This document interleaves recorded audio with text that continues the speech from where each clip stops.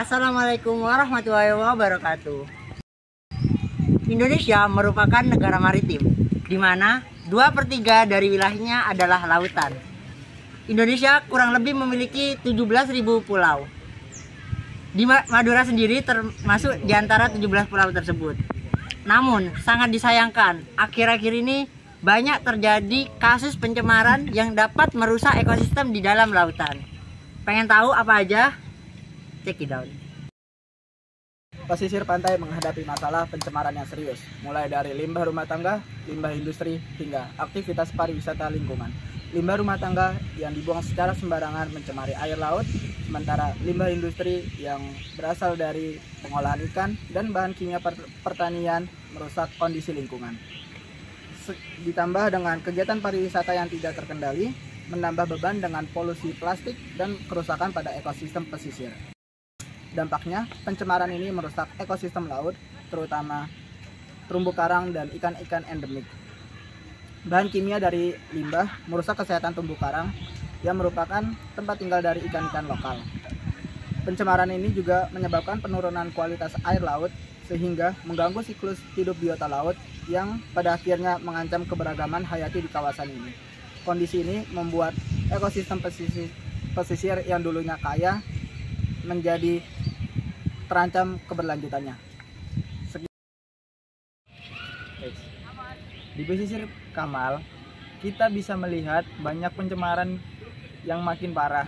Tapi jangan khawatir, sekarang banyak inisiatif yang dilakukan oleh pemerintah, masyarakat, dan banyak organisasi yang ikut turun tangan. Dari berbagai kegiatan yang dilakukan, mereka melakukan banyak hal, seperti penanaman mangrove yang membantu mengembalikan ekosistem laut dan juga pesisirnya, hingga program edukasi yang dilakukan untuk mengajarkan warga setempat untuk merawat pantai. Selain itu, aksi bersih-bersih pantai juga sering diadakan, di mana masyarakat sangat bersemangat dan ikut andil untuk membersihkan sampah yang berserakan di pesisir pantai. Pemandangan warga yang kompak mengumpulkan sampah atau menanam mangrove bisa membuat kita lebih optimis untuk melakukan perubahan.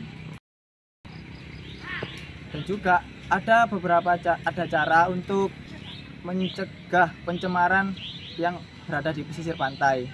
Pernah nggak sih kalian mikir gimana cara kita membantu untuk menjaga pencemaran di pesisir Kamal? Nggak harus dari hal besar kok. Dari hal kecil juga sudah bisa. Dari rumah, seperti lebih bijak dalam mengelola sampah, minyak, limbah minyak, memisahkan sampah organik dan anorganik, kemudian mengurangi penggunaan plastik. Kita juga bisa memakai ulang tas belanja yang kita dapat dari swalayan atau minimarket. Selain itu, kalau ada acara bersih-bersih, coba ikut serta deh. Dengan cara seperti itu, kita bisa memberi dampak besar untuk lingkungan. Jadi, ayo mulai dari diri kita sendiri untuk menjaga pesisir Kamal. Di pesisir Kamal menghadapi masalah pencemaran yang dapat berdampak serius pada lingkungan sekitarnya. Untuk memahami seberapa besar pencemaran yang terjadi, dilakukan pengukuran beberapa faktor penting dalam air dan sedimen. Kualitas air didukung dengan melihat beberapa parameter seperti pH, kadar oksigen terlarut atau DO, tingkat pencemaran organik yang ditunjukkan oleh BOD atau Biochemical Oxygen Demand, dan COD atau Chemical Oxygen Demand. Air yang terlalu asam atau basah dapat membahayakan kehidupan laut, sementara kadar oksigen yang rendah menunjukkan adanya pencemaran. Jika BOD dan COD ini tinggi, ini berarti banyak bahan organik yang membutuhkan oksigen untuk terurai, yang bisa menyebabkan berkurangnya oksigen di air dan membuat ikan serta makhluk hidup lain kesulitan bertahan hidup. Sedimen di dasar laut juga dianalisis untuk melihat kandungan logam berat seperti merkuri, timbal, dan kadmium. Logam berat ini sangat berbahaya bagi makhluk di laut dan jika terakumulasi dalam rantai makanan dapat berdampak buruk pada manusia yang mengkonsumsi ikan atau hasil laut yang lainnya. Pencemaran ini berdampak luas. Makhluk hidup di laut seperti ikan dan terumbu karang terancam oleh kondisi air yang buruk dan sedimen yang tercemar. Selain itu, jika masalah ini terus berlanjut, masyarakat setempat yang bergantung pada laut untuk mata pencaharian seperti sektor pariwisata dan perikanan juga akan terpengaruh.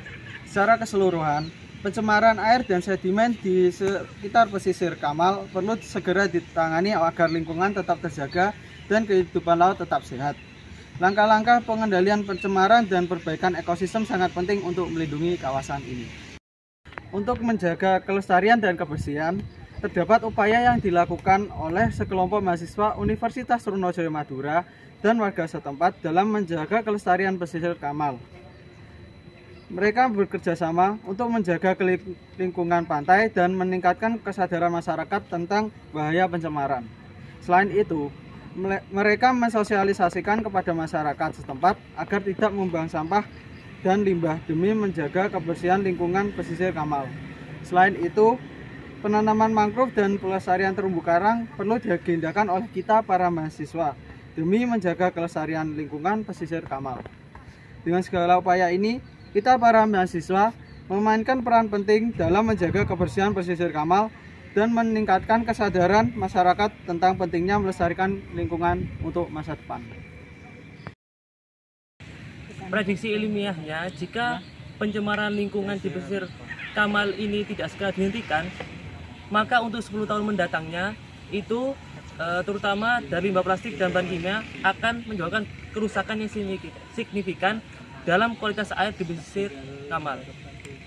Konsentrasi polutan yang semakin tinggi akan berdampak langsung pada kehidupan laut dengan banyak spesies ikan dan organisme laut lainnya mengalami penurunan populasi.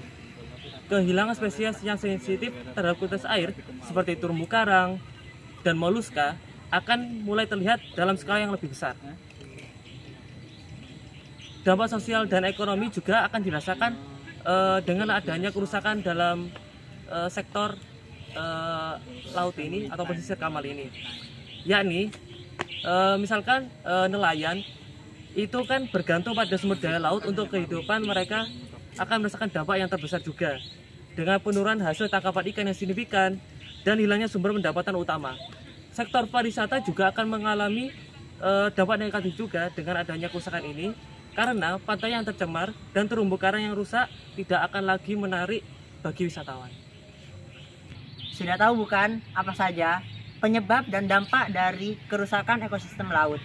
Oleh sebab itu, kami, mahasiswa yang merupakan agent of change di masyarakat, telah melakukan banyak penelitian serta pengabdian masyarakat yang tujuannya tetap sama, yaitu untuk melestarikan lingkungan ekosistem laut, agar anak cucu kita nantinya bisa merasakan dan melihat keindahan biota-biota laut yang ada dan kita rasakan saat ini.